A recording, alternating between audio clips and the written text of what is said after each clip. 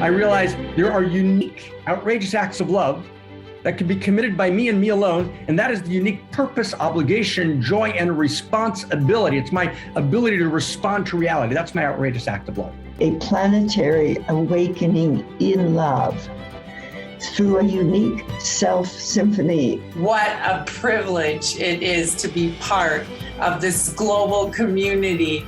There's a voice within me that asks, who am I, right? Who am I in all of this? Each and every one of us has a unique gift to give that we desperately need.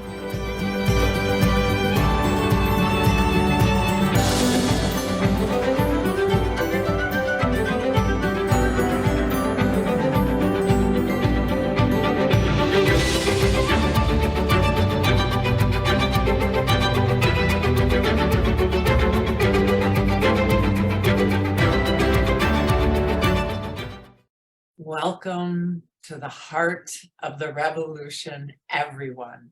It is with deep joy that we are together today in one mountain, many paths. Our mission is what Barbara Marx Hubbard and Dr. Mark Goffney call a planetary awakening in love through unique self-symphonies. We are activating a new humanity and awakening as a new species. Homo Amor, the fulfillment of Homo sapiens. As a mosque, a temple, a zendo, a synagogue, a church, no one is excluded, everyone is included, and we come together to attune to the evolutionary impulse awakening within us. Welcome home, everyone. I am Christina Tehel, the co-executive producer, along with Jamie Long, Krista Josepha, and Jacqueline Clark, and we are so delighted to be together with each and every one of you today. Welcome home. What a privilege it is to be part of a community where we support humanity's flourishing. And it is so great to gather in week 328 of our live community broadcast. Use the Zoom and the Facebook chat functions to say hello, to let us know where you're from, to resonate the Dharma, and to speak your prayers. On Zoom, do check that your chat settings say everyone so that we can all hear from you. Care to step deeper into community through the work and the practice of creating the great Homo Amor, a library? Please do step in. Help out by joining the Mystical Editing Society. It is just such a holy and exciting space. Reach out to Krista, whose email is in the chat box now, for more information. Our mystery school in Europe happens August 21st through August 25th of 2023. Save the dates. At Eros Mystery School, we dive into living as outrageous lovers, living from our unique selves, contributing to a better world and evolving the source code of consciousness and culture. You want to prepare for this radical shift, this life-changing experience. Early bird tickets are available now. And one great way you can step into the river of Eros ever more fully is by studying and practicing Eros with Jamie Long and I in our co-study group that starts on February 4th. 14 of us have already joined, and we so welcome you into community with us around this excellent, sacred, holy book, A Return to Eros by Dr. Mark Goffney and Dr. Christina Kincaid. What to expect today? First, a Dharma recap from myself. Then Dr. Mark Goffney will set our intention. Then David Cicerci will resonate the evolutionary love code that we're working with today. And then we step into our sermon with Dr. Mark Goffney, and then we move into meditation to enter prayer. Krista Josepha invites us deeper into community, and to close, we bring people on for our goodbyes and a short dance party. We consciously decide we won't forcefully try to end exactly at a certain time, but promise fullness and explosion, to let the magic evolve, to serve the evolutionary process. And we will do our best to end around 11 a.m. Pacific time. Of course, if you need to leave early, please do, and we look forward to being with you next week. I welcome all who are new. We need you. If this is your first time, these teachings do stand on their own, and every week's build on the previous week's teachings. We encourage you to listen to previous episodes. You will hear unique language. Trust the magic ways the language or Dharma comes through your understanding. One Mountain, Many Paths is radically committed to telling the new universe story. Now for my recap from last week. Love is a perception, the cosmoerotic humanism of the movie Avatar. I see you, I love you. We are reading the two Avatar movies as texts of culture.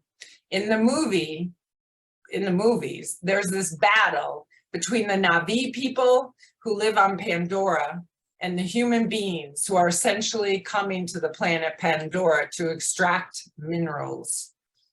To the humans, the Na'vi people are like animals to human beings on Earth today. How we use animals for our own means, causing torture and suffering. Within this context in Avatar, the job of the Colonel, Miles Quaritch, is to make sure humans can get all the minerals out, even if they need to massacre the Na'vi people in order to do it. Our hero, Jake Sully, begins as a drunk soldier, his legs destroyed in a combat mission. Colonel Quaritch says, "Get to know the Na'vi people. Tell me what their weaknesses are, so when the time comes, we can destroy them to get our minerals." But the doctor who's researching the Na'vi, Grace, knows that the Na'vi have enormous depth, culture, heart, and capacity, that every Na'vi person actually participates in the field of knowing, with all of nature, with all of the ancestors, with all of the values, and that they are exchanging in this field all of the time. So Grace says to Jake, don't listen to Colonel Quaritch. See what the Na'vi see, meaning learn how to see. In another scene, the human anthropologist Norm Spellman says to Jake, "This thing I see you means I see into you." That the way to say I love you is to say I see you. There's this deep understanding in Avatar, which is also at the core of the evolutionary love code that we read last week, that love is not merely an emotion, but rather love means I see you. I see your essence, your unique value, your soul, your beauty. I see your unique self. We need to create a world in which human beings model not ethno-humanist racism, but humanity as not humanity as ethnocentric. We need to see beyond ethnocentric. We need to be able to see each other. To be loved is to have your true nature seen. Love is the ultimate verb, not a noun. Love is a faculty of perception that allows you to see the inner nature of all that is. This is the revolution. Are we going to realize that the force of Eros actually animates all of cosmos, and that we can see each other, that we can live lives in a world that's filled with life, that each original life form provides original being, God's source, with a new, unique experience of itself, because each original form can see in a new way. So an amoeba, a butterfly, a fish, a horse, each serve the divine with a particular experience of itself. And that when the human being loves, the human being is actually seeing consciously in a new way through God's eyes. And when you see through God's eyes, then God can see through you uniquely. And when we say God is infinity, infinity is all the galaxies. That's why the great religions understood that the galaxies are teeming with life, because the galaxies have infinite divinity. And from that place, we say, I see you, a unique I see you that obligates us to cleanse our doors of perception and let God see through our eyes. Now I invite you to more deeply enter into the holy and sacred space of one mountain, many paths, and I turn my word to you, Dr. Mark Goffney. That was beautiful. That was beautiful. And I just never take it for granted. I look forward every week to hear Krista, beginning us, and just to be in that space of the silence and the goodness in the 15 minutes before, when Krista chants and plays and we go into silence and we set the field. And so thank you so, so much, Krista. And thank you so much, Christina. And I look forward every week to the recapitulation of the Dharma. And the recapitulation is very much like in a symphony, right? It takes pieces of the symphony and recapitulates them.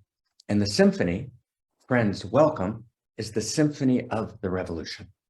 And the revolution is about articulating the new story of value in response to the meta crisis.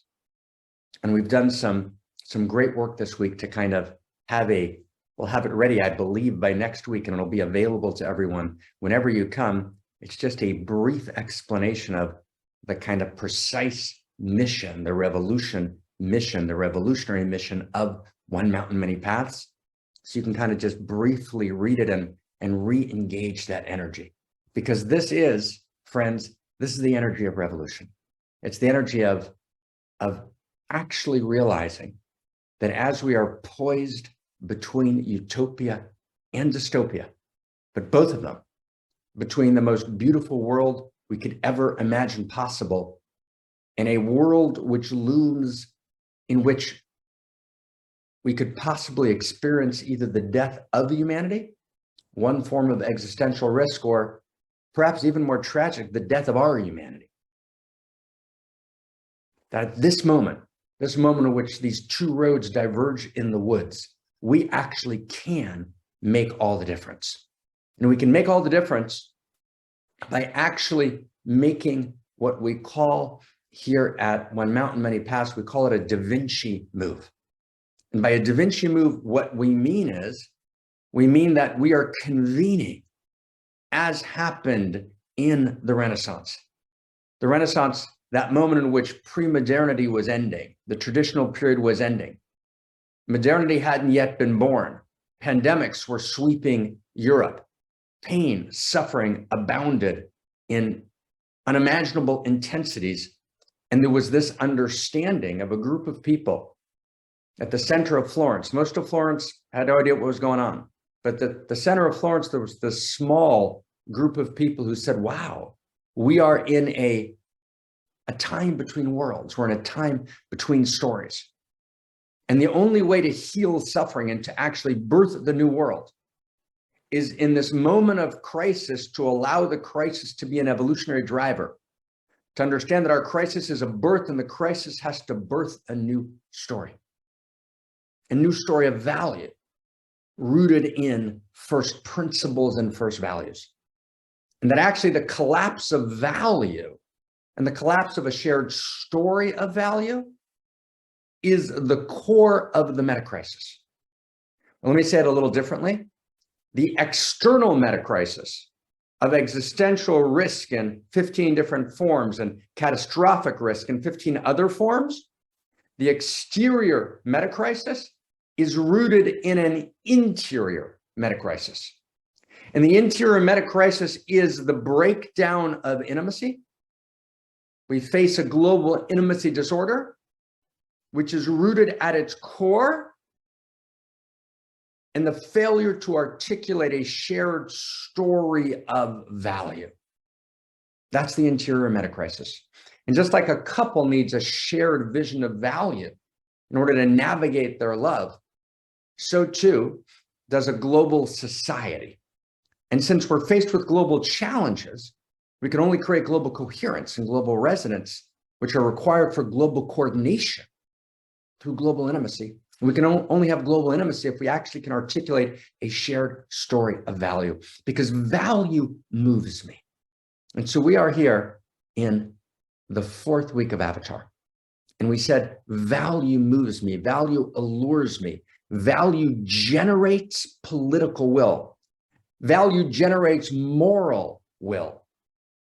And that's the core. And reality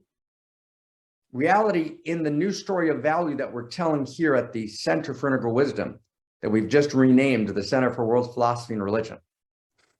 The new story of value, which integrates the validated insights of the leading edges of all the wisdom streams in the traditional period, the great religions, the great traditions, in the modern period, psychologies and sciences across multiple vectors, molecular biology, etc.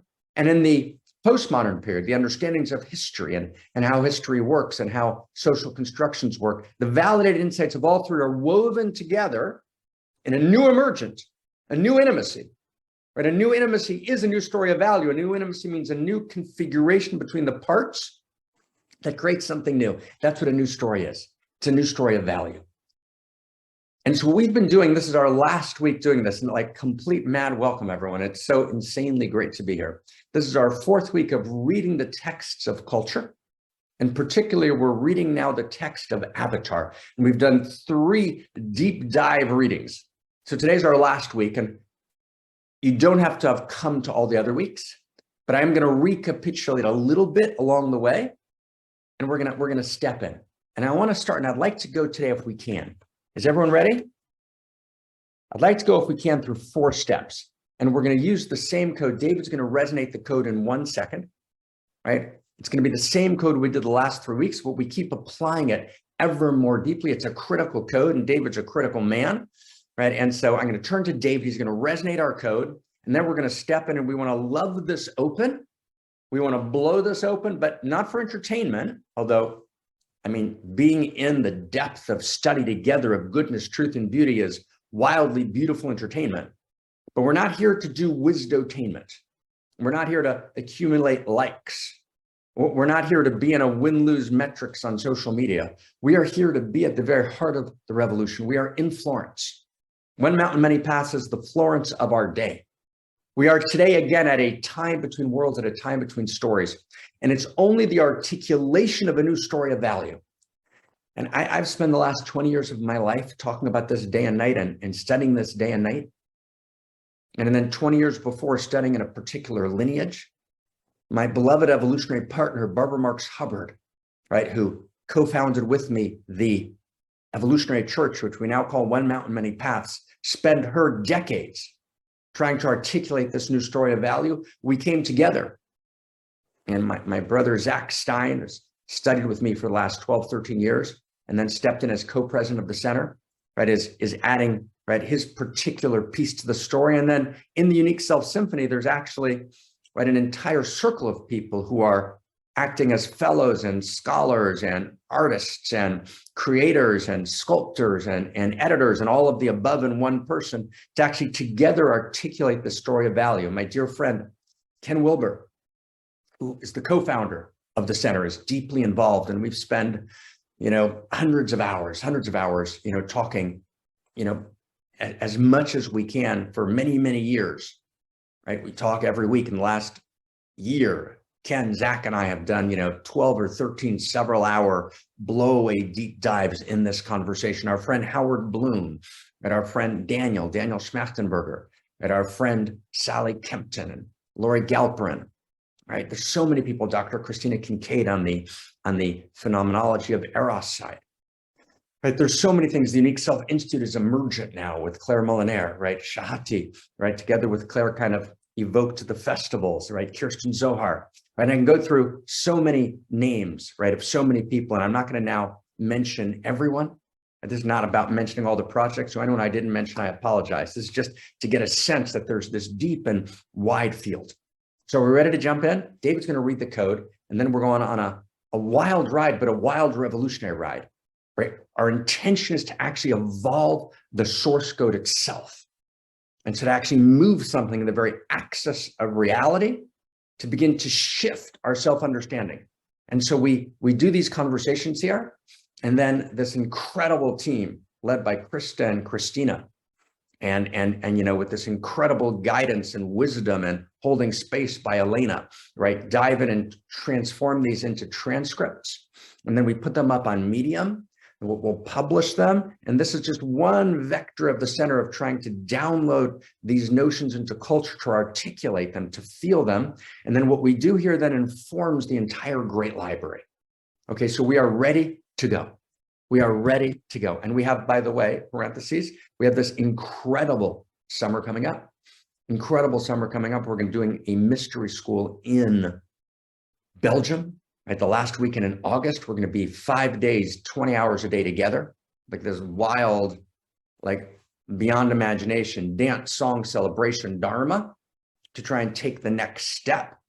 And in Krista's holding that space with the whole Belgian field, and Shahati and Claire are holding that space, and we're going to be announcing our Unique Self Institute. It's all happening. Just this morning, I had a 2-hour conversation with Dr. Kincaid about, some of the key new notions in the Dharma that emerged directly from conversations we had here in One Mountain. So we're all fructifying each other. By the way, if you haven't used that word fructifying in a while, it's a good word, meaning we're all enriching each other. We're a unique self-symphony. Zohar, are we a unique self-symphony? We are. Okay. Oh my God. Are we ready to go? We're ready to go. David, take us inside, man. Ready to go. Let's ready to go. All right. Thank you. So good to be here. We're participating in the revolution, which is the evolution. And here are these codes, which I'm going to resonate this week's love code. If you're new, and if you're not new as well, this actually helps orient us to the greatest possible picture, the largest possible story, and actually participate in the evolutionary process ourselves, which is, wow, that's exciting. So here's this week's evolutionary love code. Evolutionary love is not merely an emotion. It is a perception. The evolutionary lover sees with God's eyes. Because love is a perception at its core, a perception that generates emotion, there's great hope in love. The universe sees, and the universe sees love. The universe feels, and the universe feels love. Seeing generates feeling, and feeling generates seeing. But we must start with perception, because perception can be trained through practice. Personal human love is a unique self-perception. Personal self-love is a perception of one's own unique self. However, one cannot be an evolutionary lover with these forms of perception alone. Evolutionary love requires a perception of the entire evolutionary process and our place within it. And with that, it's my pleasure to turn my word back to you, Dr. Mark. David, thank you. Oh my God. So love is a perception. We spent last week on the theme of I love you, I see you. Right? That's what this code is about. Avatar talks about I see you, but I see you means not I have merely an emotion, energy in motion because I got hit by Cupid's arrow. Oops, it hit the secretary. Sorry. No, it's not just an emotion. It's not just the social construct of an emotion. Love is the feeling tone of cosmos itself. As Cosmos sees, Cosmos perceives, it perceives new possibility, it perceives new potentiality and births new potentiality. That's what Eros is. Love is Eros, and Eros is the movement of cosmos that sees the possibility of what can be born, right? So when I love you, I see you both as you are, but I also see who you're yearning to be. When I love you not just for the person you are, but for the person that's longing to be born in you. Wow. To love is to see. Love is a perception. Now, the perception of love, and we're going to try and go here 5 steps. Okay, we're going to try and go here 5 steps. And we've got a big week, okay? And this is our last Avatar week. And I'm going to try and do this, right, with your permission, everybody, a little bit, with some sort of order, so this shouldn't be chaos. And yet it's a little bit chaos theory in the sense that there's order beneath the chaos. So I'm going to unfold in 5 steps. But just if you're new here, right, this is not a prepared kind of lecture. This is a talk. We're chatting. And I'm going to try and unfold, right, this vision for you, okay? And so Jacqueline always monitors many things on the inside and the outside, but can you hear me okay? We're okay, everything's good? Okay, so here we go. So we're going to look at a clip for a second. And this is a clip of Jake. And Jake is the hero of both Avatar 1 and Avatar 2. Jake is, and I'm going to do a couple of little recapitulations to welcome people that are new. So I'll just do little snippets. So if you haven't been here for the last 3 weeks and you haven't even seen the movie, you can still follow. So Jake is an injured Marine whose legs have been blown out. His legs could be fixed, his spinal cord could be fixed, but he doesn't have enough money to do it. So that's an image of a broken system in which only those with sufficient funds can actually get healed, which is much of where the world might be going to. It's actually where the United States already is with its broken system, which you have 50 million people who are uninsured. And what does that even mean? So let's bracket. That's one of the places where the United States is far behind, right? The social democracies of Europe. The social democracies of Europe have much to be critiqued for, but in that particular domain, they're doing beautifully. Part of the reason they're doing beautifully is because the United States has handled the defense budget. It's a complex issue. But wow, this is a story in which Jake is an injured Marine. He was a Marine because he wanted to test himself and to transform himself. And he wanted to stand for the good. He doesn't know how to fix his legs. And there's a particular scene in which we see Jake, and it's a key scene. This is one of the scenes that was cut out from the Avatar movie. Now, Jake is the person who's, in the end, his brother is killed. His brother was in the Avatar program. The Avatar program is a program run by Dr. Augustine Grace, Sigourney, however you pronounce her name, Weaver, in the movie, which aligns human DNA to the Na'vi people on the Pandora planet and allows human being to enter into the body, a Na'vi body, and to function in that body. That's, of course, the Avatar story. And Jake, in the end, becomes a Na'vi person. Let's see Jake at the very beginning in one of the scenes that was cut from Avatar. So let's take a look at that scene right now. It's an amazing scene. Here we go.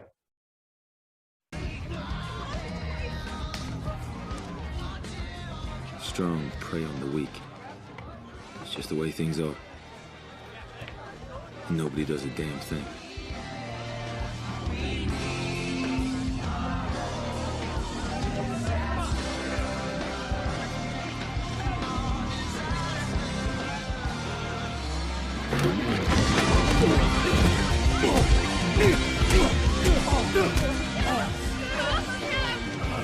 All I ever wanted in my sorry-ass life was a single thing worth fighting for. All right, everyone catch that clip?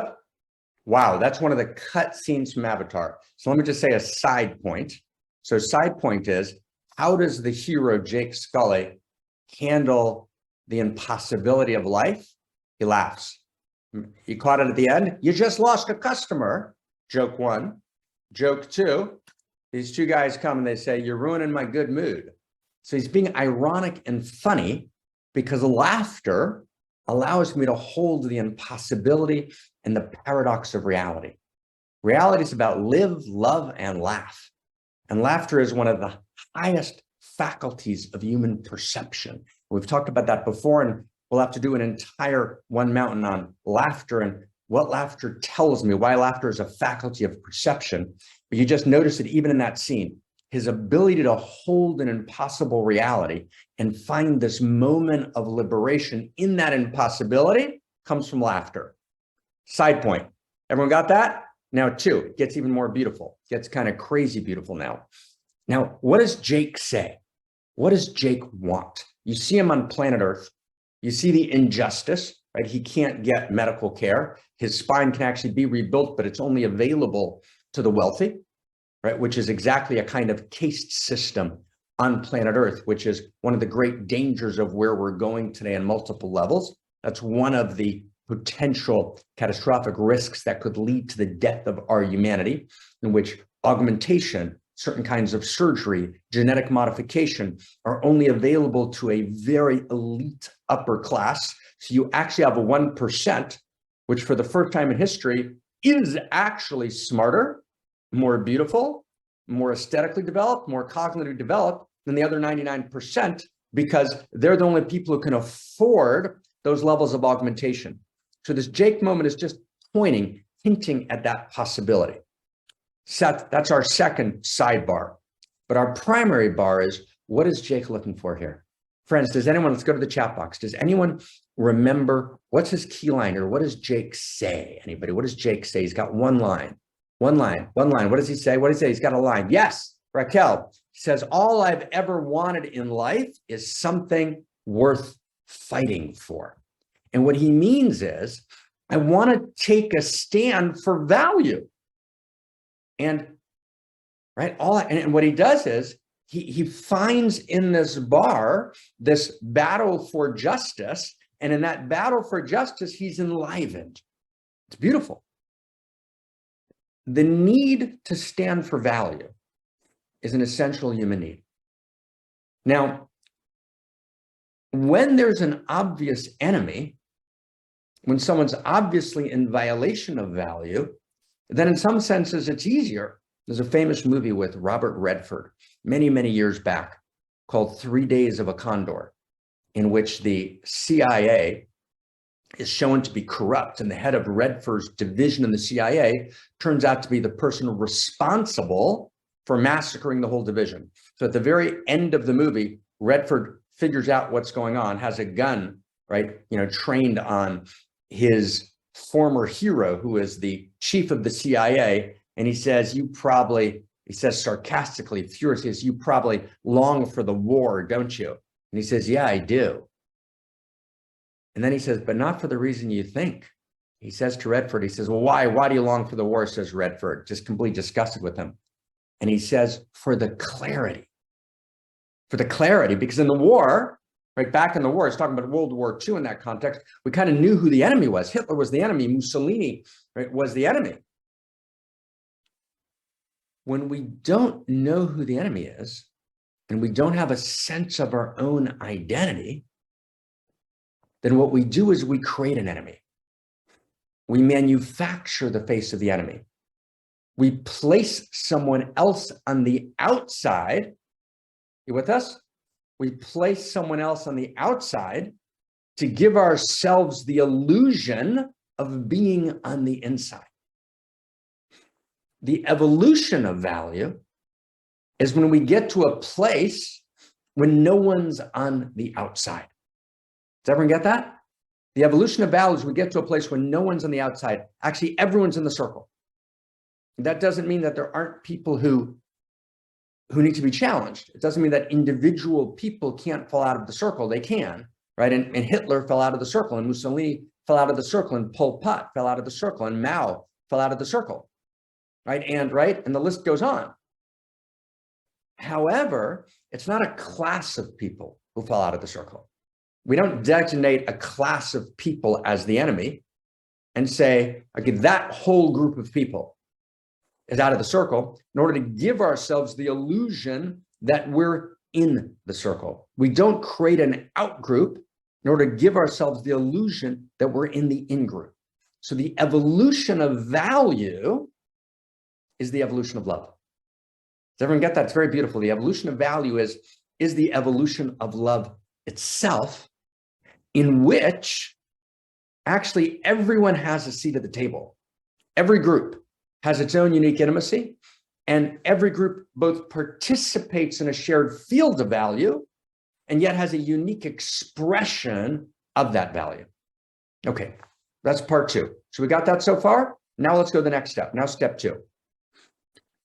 Step two. Now we're going to go back to Avatar.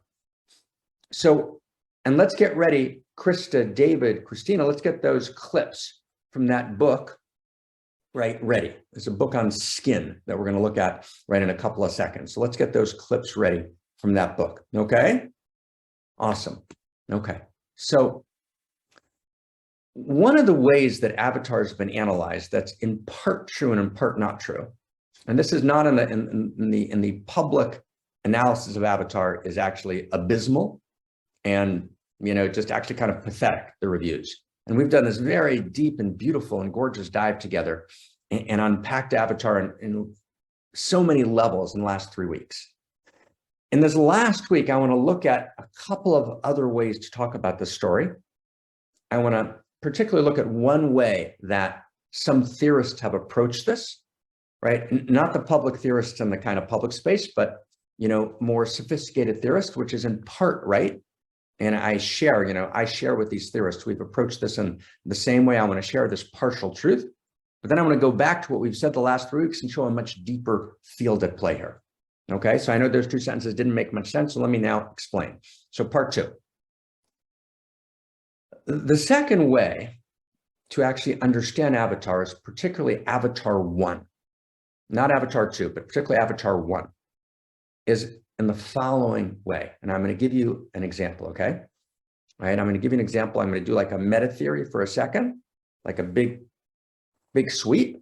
Then I'm going to give you an example, which is not Avatar. Then I'm going to go back to Avatar 1. Those are our steps. So here's the meta theory.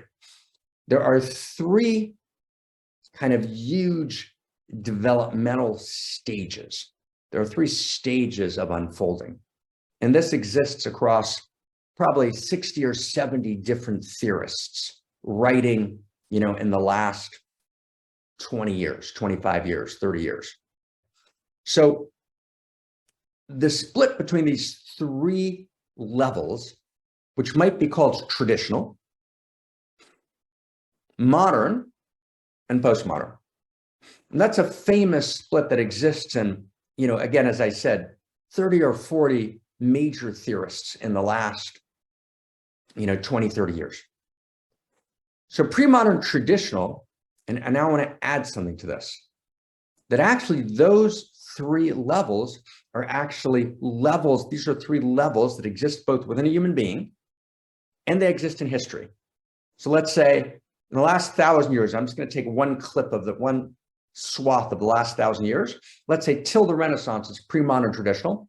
It actually starts earlier. It starts about 500, 600, 700 years earlier with the birth of the axial religions, somewhere around the time of Jeremiah and Confucius, a couple hundred years before Buddha. But let's just start the last 1,000 years until the Renaissance is pre-modern traditional, when basically the great religions rule in the world, and the great religions are aligned with the different kingdoms all over the world, whether that's China or Europe. Now, this pre-modern world is a world of value. The assumption, stay close, the assumption of all of the, stay close, the assumption of all of the pre-modern traditions is that value is real. Everyone get that? Value is real. Who's with us? Give me a yes if you're with us. Who's with us? Who's with us? Give me a yes in the chat box if you're with us. We're with us? We ready to go? Okay. So the assumption of all the pre-modern traditions, value is real. What they argue about is whose value is real. And actually the pre-modern traditional period, the traditional period is actually driven by a rivalrous conflict, rivalrous conflict between different value systems. And everyone says, my value is real and yours isn't. And therefore, in order to bring you to heaven, not only can I massacre you, says the Christian church, I'm obligated to massacre you. Wow, that's intense. So it's rivalrous conflict governed by win-lose metrics not between individuals, but between value systems. So the good news is everyone agrees value is real. The good news is that there are some shared deep values that people share, like love. However, everyone limits their value to their in-group. So we love our in-group, we don't love the out-group. As a matter of fact, the way we love the out-group is by killing them because they're rejecting the values of our in-group, and we only agree not to kill them if they surrender or they convert to our in-group. You get that? That's pre-modern value, but value is real, and that's important. That's beautiful and limited, because this realization that love is real is mediated through a prism, right? And that prism is pre-modern traditional, and great cruelties are inflicted. And even within a particular system, let's say within a particular religion or kingdom, there's also the in-group and the out-group, right? The wealthy, the aristocrats, everyone else is in the out-group. So there's a series of nested in-groups and out-groups. That makes sense to everyone? That's why when Voltaire begins modernity, Voltaire's clarion call is, remember the cruelties. Okay. Modernity comes along, and modernity says, whoa, all the stuff that values real that you guys were saying, that was dependent on you guys saying that God spoke to you, or that reason led to your particular set of conclusions. That's not true. So modernity says, okay, let's forget about all these sources of value in God or in some objective field of value. And modernity actually says human beings are kind of making up value, but let's assume that some values we have to all kind of agree on them, and we'll call them real, even though they're no longer rooted in an objective source. And it's really not anymore about being part of a big system, a big religion, or a big kingdom. It begins to be more about being an individual. And the word self comes into the dictionary for the first time in the Renaissance. So it's the birth of individuality. Now, it has older antecedents, actually, in the biblical texts. But as a center of gravity, the value is the individual. And although there's a group of shared values that people share in different parts of the world, but the source of value is no longer clear. So what modernity does is modernity borrows its social capital from pre-modernity, assumes value is real. Everyone get that? But doesn't really prove it. Okay. But acts it, right? Life, liberty, the pursuit of happiness, and also evolves value. Right? Even though it doesn't really know what the source is, nonetheless, value evolves nonetheless, right? Because modernity realizes the pre-modern religions got it wrong. What unites us is far greater than that which divides us. And in comes modernity, and all of a sudden slavery is abolished, right? And in comes modernity, and all of a sudden there's universal human rights. And in comes modernity, and all of a sudden there's the emergence of the feminine. It's a very big deal.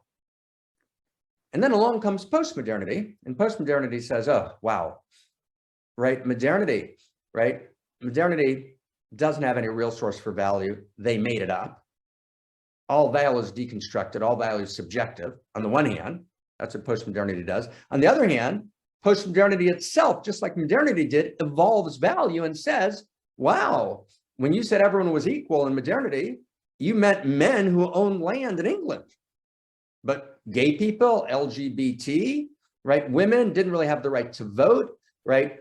Blacks, right? In America, racism, right? In other words, there were all sorts of excluded fringe populations, people with sexuality that was alternative to yours, right? There were all sorts of hidden covert racisms, sexisms, homophobisms. So all of the excluded people need to be included, need to be given full rights. So that's the evolution of value in postmodernity, even though postmodernity itself, like modernity, doesn't actually believe that value has an objective source, and that's the contradiction in both modernity and postmodernity. Okay, was that too complex to follow, everyone? How's everybody doing? How's everybody doing? Just give me a yes. Just give me a yes. How many people follow that? How many people tracking that? Okay, and I know it's subtle. Okay, I'm doing a lot in a short amount of time. We tracking? Okay, Ujis, we okay? Okay, awesome. All right. Now let's take a look at something. So what happens is, whenever a new structure of consciousness comes on board, it attacks the previous structure of consciousness. So post-modernity attacks modernity, just like modernity attacks pre-modernity, right? So modernity says religions, get rid of them. It doesn't realize I need to include and transcend that was good in the religions. So it's just get rid of the religions. So modernity becomes very anti-religious, anti-pre-modernity, anti-traditional. Does that make sense? And then post-modernity becomes anti-modern. It doesn't see, just like modernity didn't see any good in the religions, it threw out the baby with the bathwater. So post-modernity becomes anti-modernity and doesn't see any good in modernity. Does that make sense, everybody? And then what post-modernity does is, let me just try and say this in a different way. You might say that pre-modernity is ethnocentric. Does that make sense? And then modernity and post-modernity are world-centric, meaning every human being is included. Does everyone get that? Every human being is included. But when it says every human being is included, it does it, now stay really close, I'm going to explain what this means. It does it in an ethnocentric way. That's the world-centric move of post-modernity. Everyone's included, all human beings. Actually, when post-modernity does that, it does it by actually attacking modernity in a way that doesn't see the enormous goods of modernity. And that's, as we're going to see in a second, it's something that Avatar actually does. But I want to give you just a previous example that a colleague of mine, pointed towards, right, in one of his programs. And it's a great example. So we're going to take a look, and I'm going to show you, this is a book, right, on skin. This is a classical postmodern book. And I'm just going to read you 5 clips from this book. You're going to see them on the screen. This is a postmodern book that's around today, and it's about skin, right? And it says, just by looking at someone, we can't tell who they are on the inside. Just by looking at someone, we can't tell who they are on the inside, but sometimes people try to anyways. Next. Skin color can't tell you much about what people are like, what they know, what foods they think are yummy, what their favorite books are, or even where they were born. So far, that's pretty good, right, everybody? That's pretty good. Like, wow, this is a world-centric truth. This is a postmodern. It begins to be there in modernity, but it's not fully there yet, because modernity still has lots of racism. There's still slavery, right, in some parts of the world. There certainly aren't any civil rights acts in the world, all over the world, until very close to post-modernity. So this is really a postmodern text here, right? And it's beautiful. It's telling us a great, beautiful world-centric truth. But now go to the next one. Go to the next clip. A long time ago, way before you were born, a group of white people made up an idea called race. They sorted people by skin color and said that white people were better, smarter, prettier, and that they deserve more than anybody else. Keep going. When people believe this untrue story about race, that's called racism. Keep going. And last one, racism is also things people do and the unfair rules they make about race so that white people get more power and are treated better than everybody else. Racism happens in lots of big and small ways. It's all around us, even if we don't always notice it. Done. Okay. So this text, which was sent to a colleague of mine that I haven't talked to in about a decade, and he shared it, and it's a good sharing, points to this great weakness. So what happens? This is a world-centric truth. The first 2 clips we saw, the first 2 slides we saw were absolutely true. We're judge people, said Martin Luther King, not by the color of their skin, but by the content of their character. That's beautiful. That's gorgeous. But then what does it do? It then cloaks its world-centric truth and turns it into an ethnocentric attack. And what does it say? Actually, the bad white people created race. Of course, that's utterly and completely not true historically. There's not even a word of truth in that, right? Racism or various forms of caste systems existed all over Africa, right? All over Asia, right? Racism and domination by race and other forms existed way before white people. It had nothing to do with white people, wasn't formed by white people in any sense, shape, or form. That's actually a blatant lie, right? That's tragic, right? And we got to really understand this. Right? And then it says, right? And then it goes on to kind of talk about, how this is this white creation. So what are we doing now? We're now being racist against white people. Do you get what just happened? So we just expressed a world-centric truth, and that world-centric truth just went ethnocentric and just turned white people into bad and said that white people created racism, which is, of course, doesn't even have a drop of truth. Not only doesn't have a drop of truth, let's just stay with me, but if you actually get the move of history, actually, where did modernity take hold in the world? Modernity took hold in the world in its center of gravity. Stay close, friends, stay close.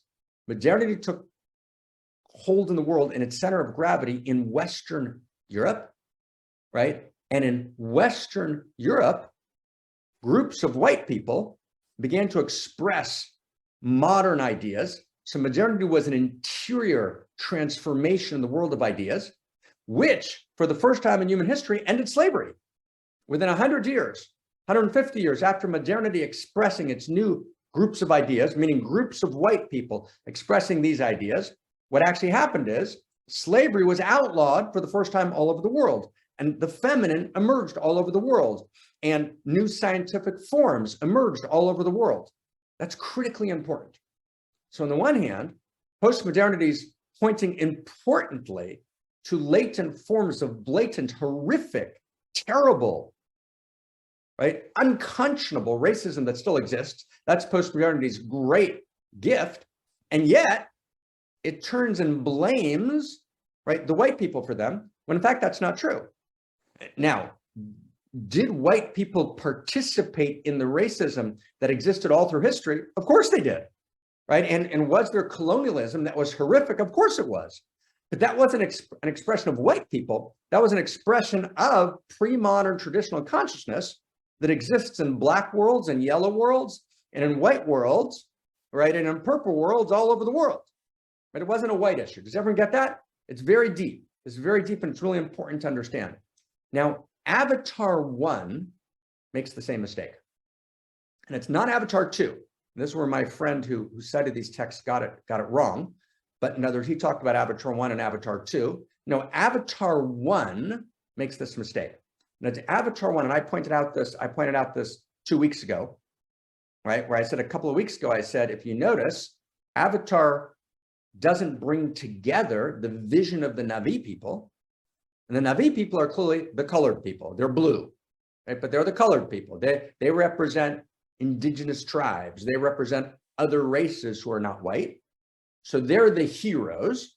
And in Avatar 1, the white people, bar a couple of notable exceptions, but the white people as a civilization are the bad people. That's the setup of Avatar 1. And so, my colleague basically viewed Avatar, right, both avatars, as being an expression in part of this phenomena. That was the weakness, his critique of Avatar, and an expression in part of this same skin book in which all of pre-modernity, the blue people, the indigenous, is praised, and modernity, right, is not integrated. Now that's true. When we said that 2 weeks ago, that's true, but it's limited. But it's an important point to make, and I want to honor that point. That's an important point to make. Avatar 1 does suffer, not Avatar 2, but Avatar 1 does suffer from this, at least a fragrance of this postmodern critique of modernity, which fails to integrate the values of modernity. That's a critically important point. Everyone got that? Okay, now let's go to the next step. Let's go even deeper though. Ready to go deeper? Who's ready to go deeper? We're gonna go like another 20, 25 minutes here, okay? So we're gonna go like crazy deep now, okay? It's crazy exciting. We're ready to go, let's go like a next step, okay? Really, at the core, that's not actually what Avatar 1 and Avatar 2 are about. It has that moment, we should point that moment out, but actually Avatar 1 and Avatar 2 are about something in their core, and Avatar 2 is actually in many ways a better movie than Avatar 1. And by the way, these movies are important. Avatar 1 was the all-time box office highest economic performer in world history. So these are not side texts of culture. And Avatar 2 is right now ranking, I think, number 6 or 7, right? Something like that in terms of all films in history. That's a big deal. These are not side issues. These are at the very core of culture.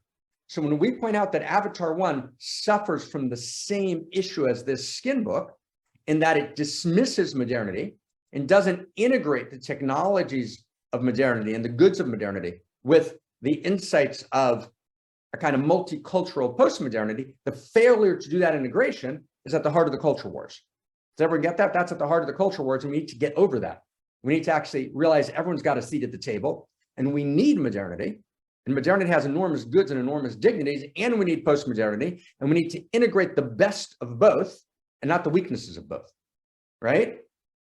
Okay, so let's take this deeper look at Avatar. That's actually,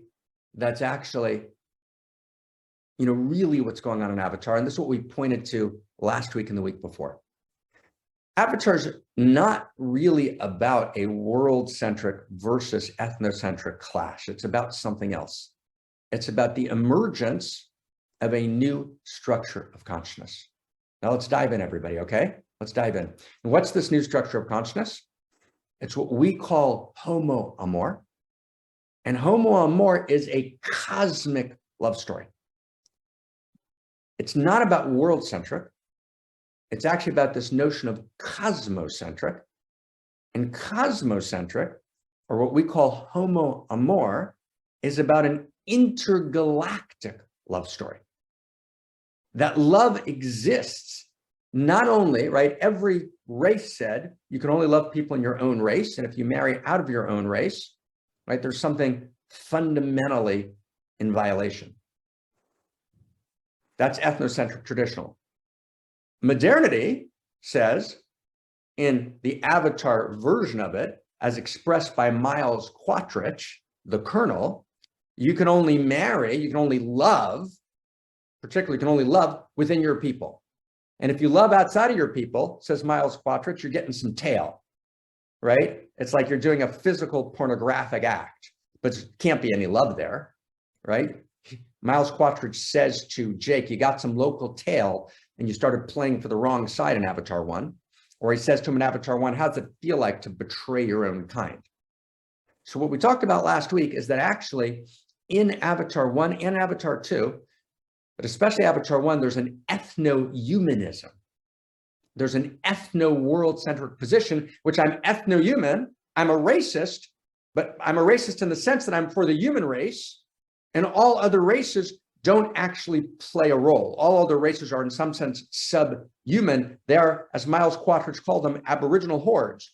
They're hostiles, they're primitives, and we're gonna blow a crater in their racial memory, a hole in their racial memory, says Miles Quatrich, that will force them off their planet so we can take Pandora and use Pandora for the sake of humans. Or we're gonna hunt the Tulkun in Avatar 2, the whale-like species, who are far more advanced than humans, but since the Tulka have this Amrita in a particular organ of the brain, we're gonna kill them because they can stop human aging, and we are ethno-human. So actually, what Avatar is about actually an ethno-humanism. And what's standing against that ethno-humanism is the possibility of a genuine intergalactic Homo Amor. That is to say, it's the realization that not the universe, a love story, but what we call cosmo-erotic humanism. It's a cosmo-erotic universe. It's an erotic cosmos. It's what we call, here's a word, the amorous cosmos. We live in an amorous cosmos.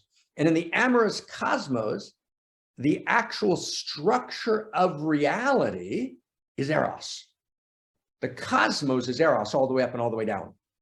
And the quality of infinity, and by infinity, I don't mean lots of numbers. I'm not using infinity in the sense that Gödel, G-O-D-E-L, right, was talking about it in Tarski, right, in mathematics. We're talking about infinite numbers. I'm talking about infinity in the sense of that which is beyond space-time, right? That which is, right, infinity and eternity, using them as synonymous words, but not eternity is not lots of time, and infinity is not infinite numbers. It's that which is beneath time, it's beneath space, right? And that deep realization that reality is the infinity of divinity.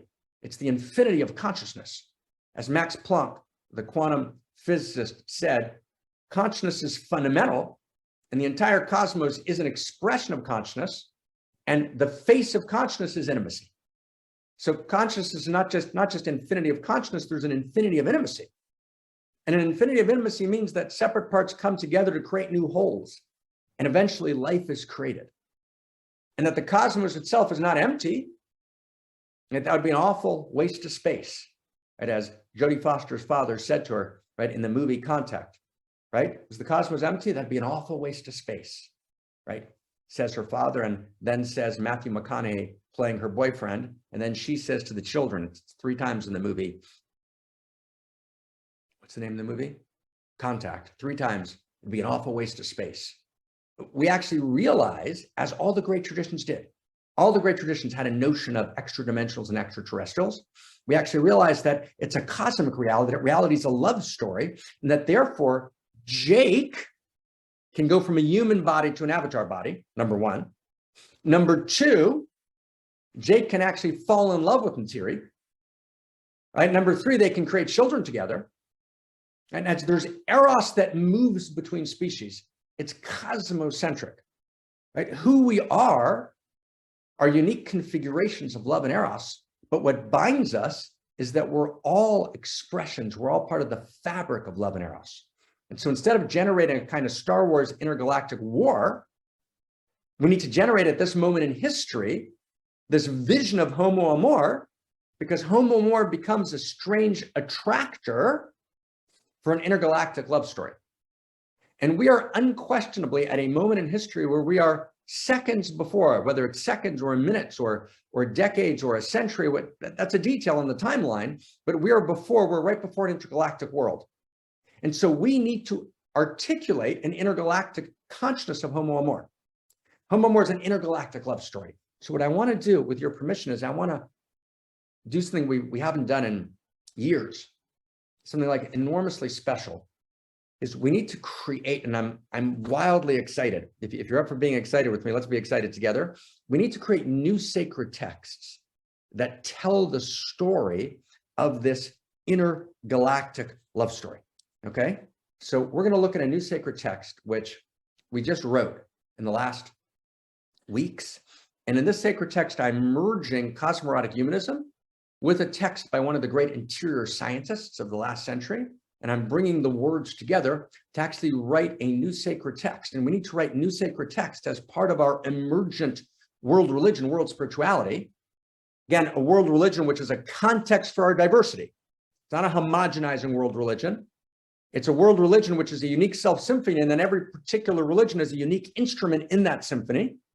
And it's got to be a unique self-symphony which is intergalactic, in which every civilization and in every galaxy and all of its civilizations actually is playing a unique instrument in this unique self-symphony, but the musical score of the unique self-symphony is eros, is love, is the value of love. Because, and here's the thing, love is a value. That's what Jake wants to stand for something. So he sees love being violated in the bar in the first clip that we saw. What does he see in that bar? That little scene, that cut scene from Avatar that we saw in the beginning. He sees a man violating a woman, right? First he slapped her, he treats her horrifically, and he's in his wheelchair, and he goes and stands for the goddess, for she. And even though he's crippled, he wants to be in that fight for value. But the value is love, is eros. That's the penultimate value. The penultimate value of cosmos is eros and intimacy. Eros and intimacy are the structure of cosmos. That's the core of cosmoerotic humanism. All the way up and all the way down, the structure of cosmos is eros and intimacy. Eros, what's eros mean? So we have an eros equation in cosmoerotic humanism. Eros equals the experience of radical aliveness, moving towards seeking, desiring ever deeper contact. And that's the movie with Jodie Foster, Contact. It's the desire for contact. What drives Jodie Foster in that old movie is contact, ever deeper contact and ever greater wholeness. That's eros. And eros, right? The desire for ever greater contact, ever deeper wholeness is a desire for even more than that. It's for greater intimacy. What's intimacy? We have an intimacy equation in cosmoerotic humanism, right? That intimacy equals shared identity. That's a greater whole. Shared identity in the context of otherness. We're distinct, we're unique. Times mutuality of recognition, we recognize each other. That's I see you in Avatar. I see you, I recognize you. Times mutuality of pathos, I feel you. Times mutuality of value. What's our mutual value? There's a mutuality of value in intimacy. And what's our shared value? Love, eros. The value of eros, the value of caring, of loving, of pouring into each other, of sacrificing for each other, of being committed to each other, of being in service to each other, of being in devotion to each other, of being in devotion to each other's unique self-gorgeousness, of seeing each other's beauty. That's a shared field of value, and that allows us to create intergalactically shared purpose, right? Mutuality of purpose. That's intimacy. So the values of Cosmos are eros and intimacy. Those are the core values of Cosmos. And in the first cut clip from Avatar, we see Jake wanting to stand for the violation of eros, the violation of love. But he's got a small view of it. His view is, oh, this guy in the bars, right, violating this woman, I'm going to go attack him and stand for love. And that's beautiful. That's who Jake is. But then in Avatar 1, when he gets to Pandora, he becomes ethno-human. In the beginning, he starts working for Quattrich because his sense of the love and eros that needs to be protected is, I got to protect human beings. And because he doesn't yet have a sense of the full value of eros as a cosmic value, he says that value of eros lives in that bar standing for that woman, but the Na'vi, we're gonna blow them out. And in order to get unobtainium, the mineral that we need for us to survive, that's how Jake starts until Jake transforms and he moves from being ethno-human to being an intergalactic lover. And he actually falls in love with Neytiri. That's what the story's about. Now, in Avatar 2, as we saw last week, Neytiri actually regresses. She regresses to being ethno-Na'vi.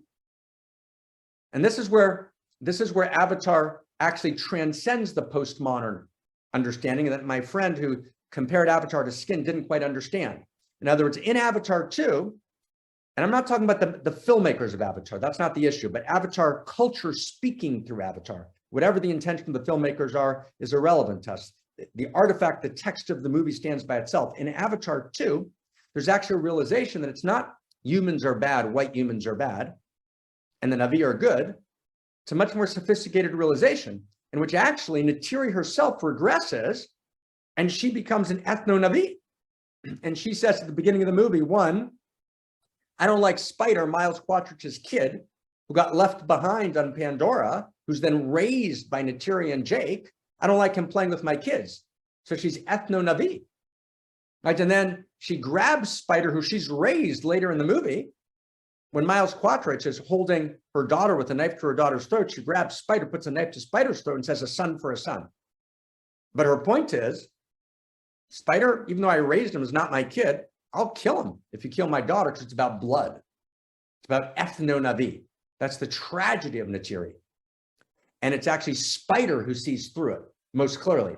And Spider is the heroic, emergent homo amor. Spider is the person in Avatar 2 who both loves Jake Sully, loves Jake Sully's kids, loves Neytiri, is willing to sacrifice his life and risk his life to save his not blood sister, but Neytiri and Jake's daughter, when he steps out and says to Miles Quattrich, who's holding, right, the daughter, which is his not blood sister, but his kind of stepsister, if you will, right, his emotional sister, and he says, don't hurt her.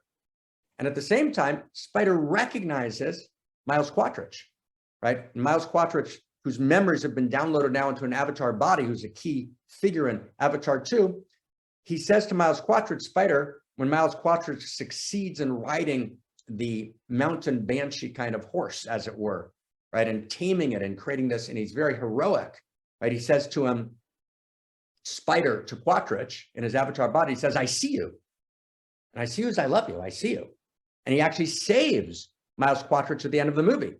Doesn't stay with him, doesn't subscribe to his values, but Spider is the person who's holding this possibility of this intergalactic homo amor. And we actually see this possibility of actually perhaps Miles Quattrich in his new body, an Avatar body, can actually evolve beyond his ethno-humanism. And actually Jake and Neytiri might have to evolve themselves, right? And not regress to their own ethno-family, which they do in Avatar 2. They regress to their ethno-family moment and they actually endanger all of the water people. So it's a much more subtle and beautiful field. We begin to understand that what Avatar is pointing towards is not ethno-human or ethno-Na'vi, it's standing against ethno-human, against Anther Navi, and it's standing for a cosmocentric vision of Homo Amor, a cosmocentric love story. Okay, we ready, everybody? Now we're going to read a text. We're going to finish with this text, but this text is, it's the first time that we're presenting a new form of sacred text. These are the sacred texts of Homo Amor. So you with us, everybody? Let's do this. Who's up for it?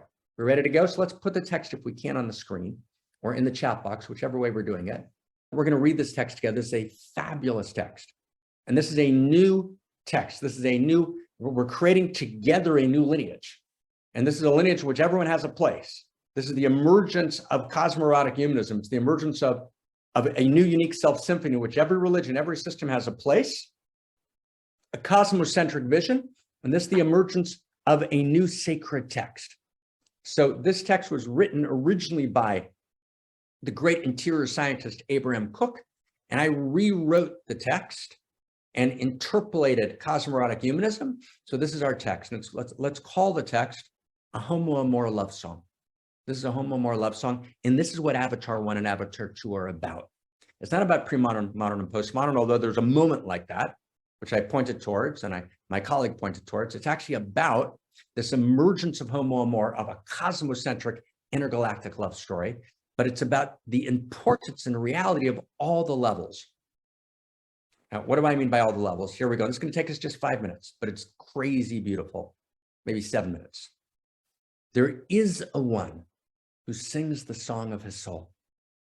And in her soul, she finds it all, full, complete spiritual satisfaction. Okay, and I moved back and forth in this text between his and her, all through the text.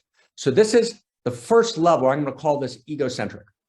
And egocentric means there is a one who sings the song of his soul, or her soul, meaning it's about me and my transformation and my development, right, and my family. It's about, that's egocentric. It's not negative. It's beautiful. It's beautiful to sing the song of your soul. And in her soul, she finds it all. And it's everything's about, and I would say most human potential movement Americans are in this category. It's about their transformation. It's about their hero's journey. Right? It's about their story. And that's beautiful.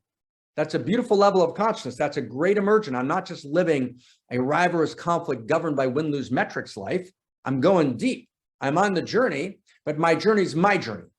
It's my personal transformation journey. And Maslow's hierarchy of needs is very much about my personal transformation journey. And Joseph Campbell's hero's journey is about my personal transformation journey. And it's beautiful, and it's necessary, and it's important. That's level one, that's egocentric. But then there's a second level. And there is a one who sings the song of the nation, right? She leaves the zone of her personal soul, which she doesn't find wide enough. Not enough just my story. I've got to be part of a larger story, my tribe, right? My nation, my religion, and this is beautiful, right? She leaves the zone of her personal soul and she doesn't find wide enough, which she doesn't find wide enough and not settled in ideal serenity, meaning I can't rest just in my personal transformation story. And she attaches herself with tender love to the totality of the congregation of her people. Italians and Germans and Israelis and right, Saudi Arabians and Americans and French, or Catholics and Jews and Sunnis and Shiites, right?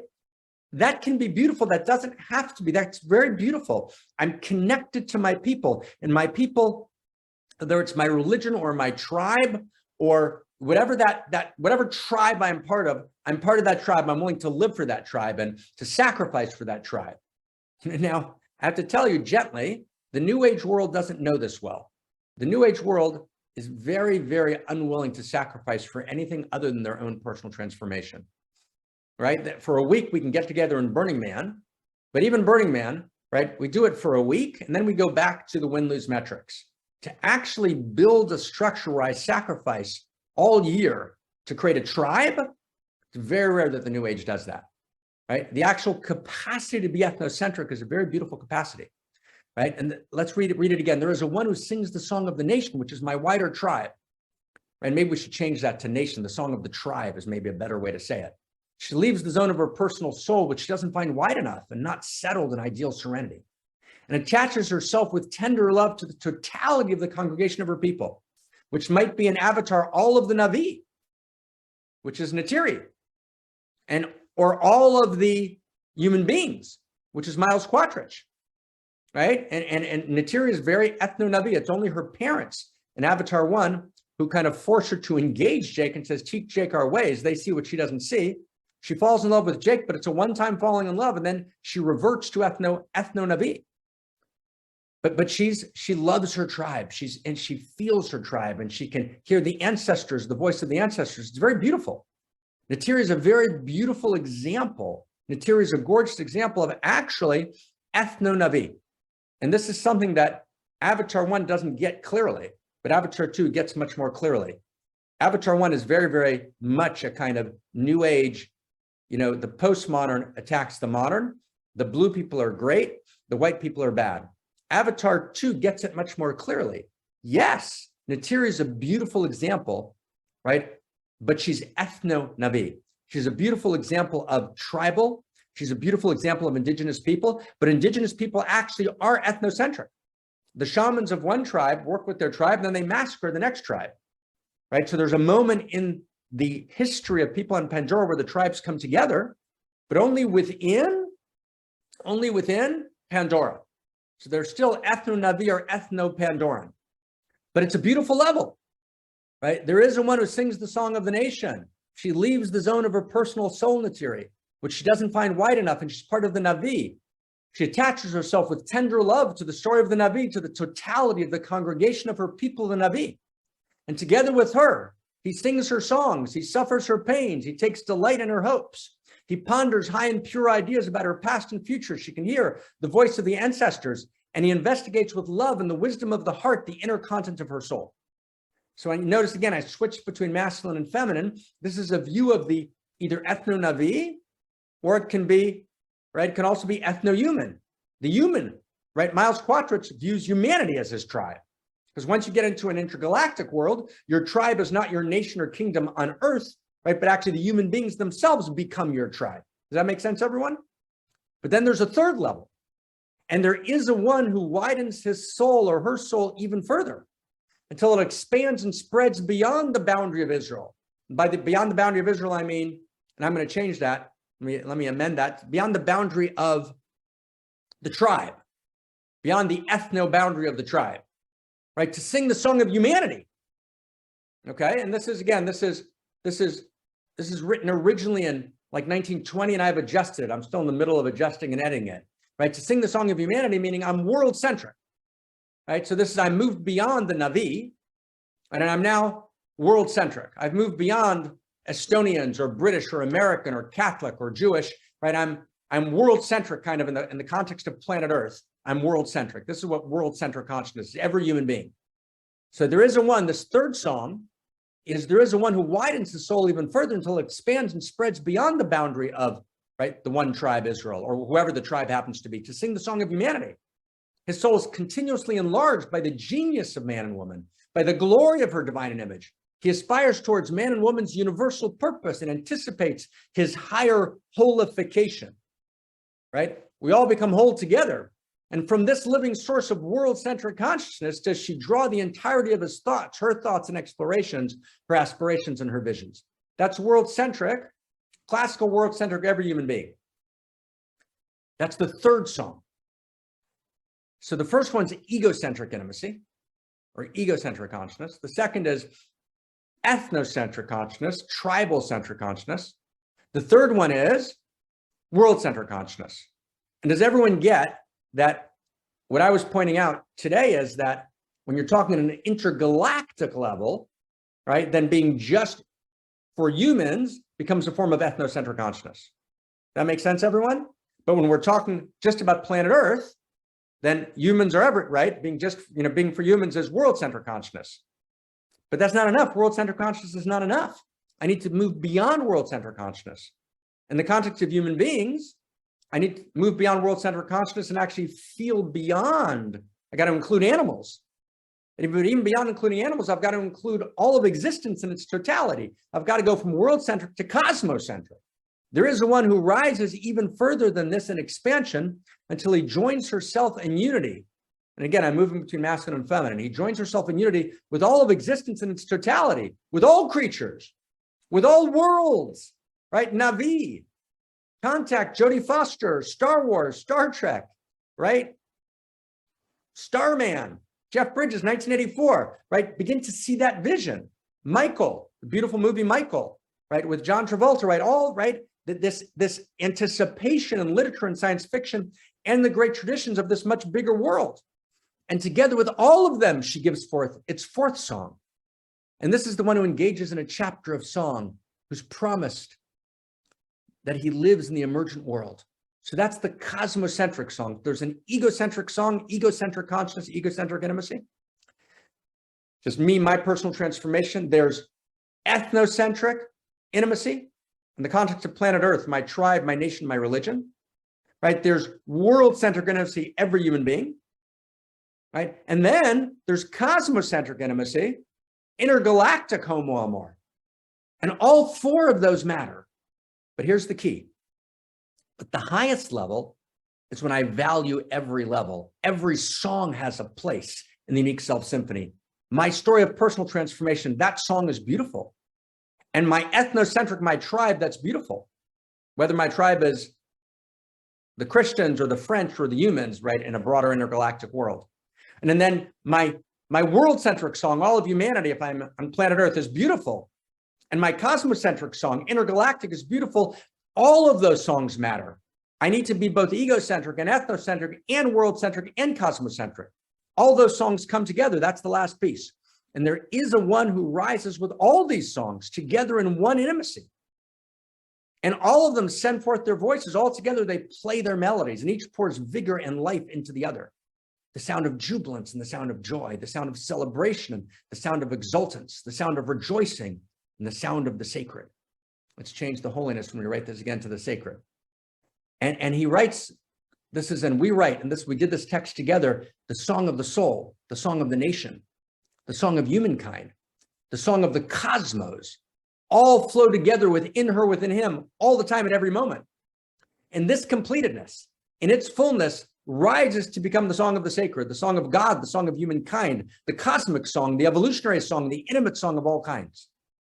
And her mighty glory and beauty and her mighty truth and magnificence. Israel is Shir El. And here I'm using Israel as, in the old lineage sense, Israel is Shir El, which means the song of God. Israel is all nations and all galaxies. Dancing with she as she, a simple song, a double song, a threefold song, a fourfold song, a homo amor song. And this is now the last piece, Cook, the Song of Solomon. So the Song of Solomon, friends, to the king and queen to whom wholeness belongs, that phrase at the very end, right? A homo amor love song. I'm like, wow. So that very last phrase, the Song of Solomon's, that's from Cook's original text. And he's referring to the lineage text of the Song of Songs, which says, Tohu Ratsufa Hava. The inside of all reality is lined with love, is lined with eros. Meaning all of reality is a love song, and that love song of all of reality is the story of the evolution of love. You get that? That love song of all of reality is the story of the evolution of love. Love evolves, it's not static. Love is the value. Let's put this together, everyone, right? And let's take the text off. Let's see each other for the last second, right? Love is the value. Can we come together? Is that okay? Can we take this off for a second? Here we go. There we go. Perfect. Thank you, thank you, thank you. Does everyone get that? Love is the value. Eros is the value of cosmos. So we start with Jake in a bar, and he wants to stand for love, but in a very narrow way, in a bar, in a beautiful way. He's willing to stand for love and to stand for the goddess who's been violated. But he needs to expand that story. And Jake needs to actually expand the boundary of where we place love. Love's not just the in-group. And I create an out-group to give myself an experience of being an in-group, right? So, right, the in-group is me and my people, everyone else is out. That's how most of the New Age world lives. That's how most of the human potential world lives, right? We don't sacrifice our money, our real money, our real resources. We spend only really like 98% on our family, and 2% we do a little philanthropy. Because what we really care about is we're egocentric. We pretend, we write a few checks to be a little bit, bigger, but basically it's about me, my family. That's where we spend our money. That's where we spend our time. That's what we think about. That's what we dream about. And we place everybody else on the outside, even though we don't say we are. That's a narrow egocentric intimacy. It's not healthy egocentric intimacy. We need egocentric intimacy. We need to prioritize our family in particular ways, but then we need to go deeper. Ethnocentric intimacy, the whole tribe. And then world-centric intimacy, world-centric consciousness, right? A world-centric song, all of humanity, and then an intergalactic song. And that's where we need to go. That's the possibility, and that's the evolution of love. That's why this text ends with Cook saying, this is the Song of Songs of Solomon, meaning that's the love song, which Cook is now saying is the love song of cosmos. Do you get what just happened? And I added there the king and queen, and then Cook wrote, to whom wholeness belongs. And Cook and I wrote this text together. What a delight and honor. So the king to whom wholeness belongs is a phrase in the lineage which means Metatron. Metatron is the name in the lineage for when actually the human being becomes divine. The human being becomes divine when no one is left out of my love story. That's called Metatron. Metatron, the human being becomes divine when no one's left out of my love story. There's no one on the outside. Just last minute, can you go deeper the last second, everyone? The human being becomes divine when no part of myself is left out of the love story.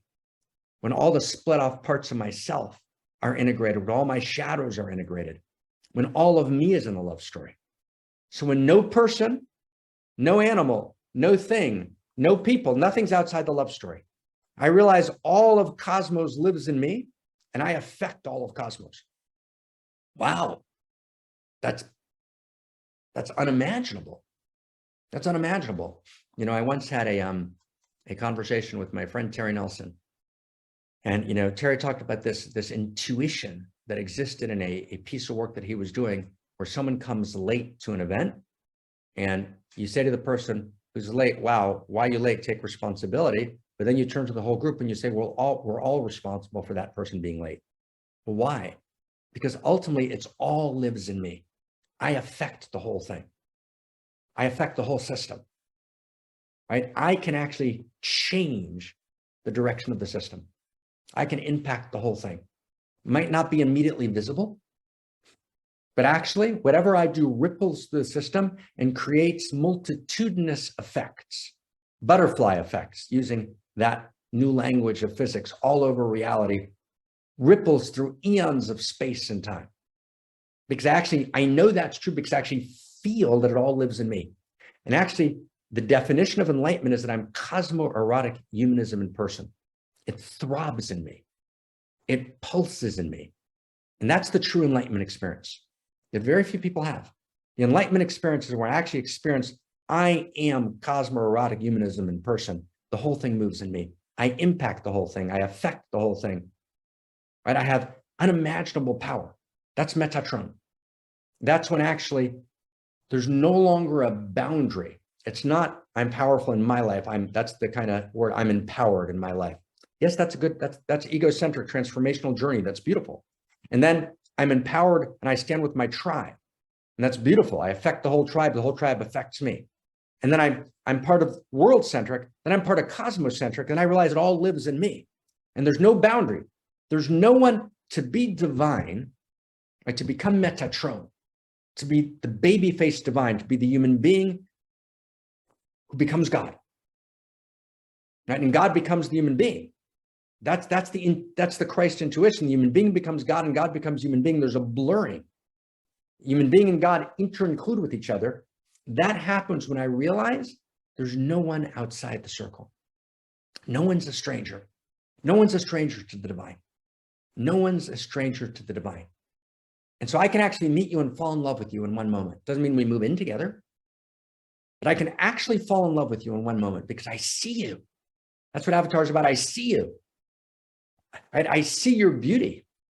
And your beauty lives in me and my beauty lives in you. And I can be in devotion to your beauty, and your beauty is utterly unique, unlike any other at the same time.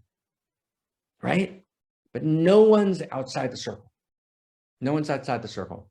Every unique expression is part of the unique self symphony. No one's a stranger. No one's a stranger to the divine.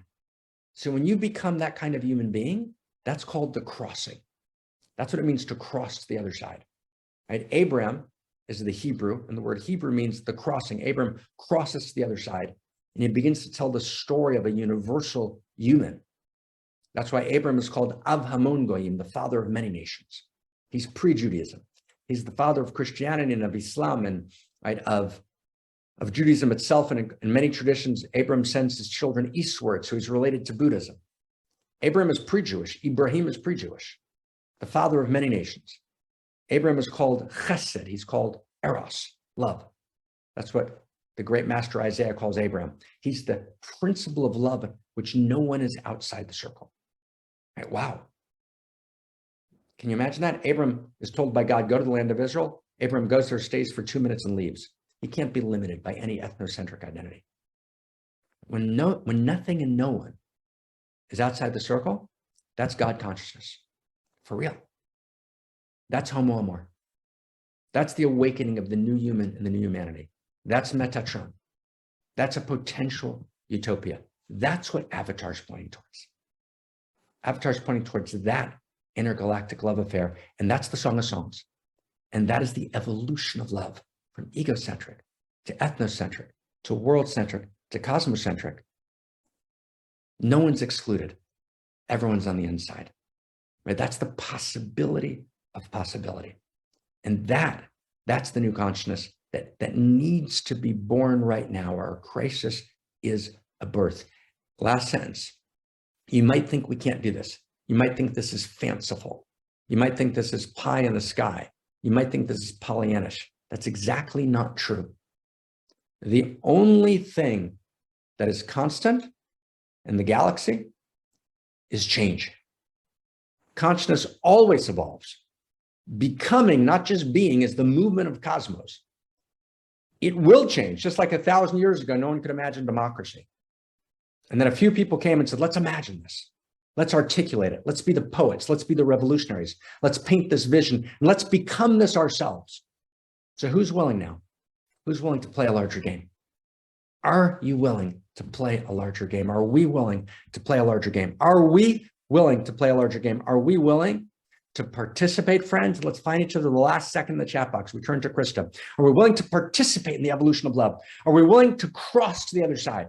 Are we willing to articulate and incarnate in our bodies, to write in the body sacred of who we are, right? A new love story, a new love song, a fourfold song, a fivefold song, the Song of Songs, the Song of Solomon, in which no one's on the outside, in which Jake can marry Natiri and Spider can include, right, all the possibilities. Let's be the avatars of the new world, friends. Let's be the avatars of the new world. Let's create this together. Let's be the revolution. Oh my God. Thank you, thank you, thank you. Krista. Cha, take us inside. Thank you, Dr. Mark-Gaffney. Thank us all. I feel it matters so much that we're here, we're staying in until the end, we're sharing our time, we're sharing our attention, and that's where the magic truly happens. So thank you for being here. And what a huge invitation we have here for each other to become Metatron, to become Homo Amor, and to actually come together to stand for value. So I want to invite you to actually take another step in that, because we are here and we are responsible here together to take this revolution to the next step. And one way that we can all do that is by becoming a member here of One Mountain, Many Paths. So I want to ask you, if you haven't done so yet, please sign up to make your monthly contribution. Just give $50 a month, and that way you will help sustain, but also build and grow this revolution so we can reach the whole world and intergalactically, the whole galaxy, with this beautiful new vision of Homo Amor. And thank you so much for doing that. And Christina mentioned in the beginning that as a group of members, we're starting a new co-study group, studying together this beautiful book by Dr. Mark-Gaffney and Dr. Christina Kincaid. So we're going to read together, we're going to practice together, we're going to walk each other through this amazing, amazing Dharma of Eros together. And we're starting February 4th, and you're welcome to join that. Just send an email to support@onemountainmanypaths.org and I'm looking forward to meet you there. Another thing as a member is that you get access to our weekly Evolutionary Love Code writing group happening every Monday at 11 a.m. Pacific time with Christina Emelong, writing to the love code of the previous One Mountain live stream. And that is a beautiful place to be together, to write, to become, to embody, to practice, to share, and to meet each other on the path. The last thing I want to share is this summer, we're actually going to be together in person at a beautiful royal castle in Belgium in the middle of nature. It's a gorgeous place. We've been there last year as well.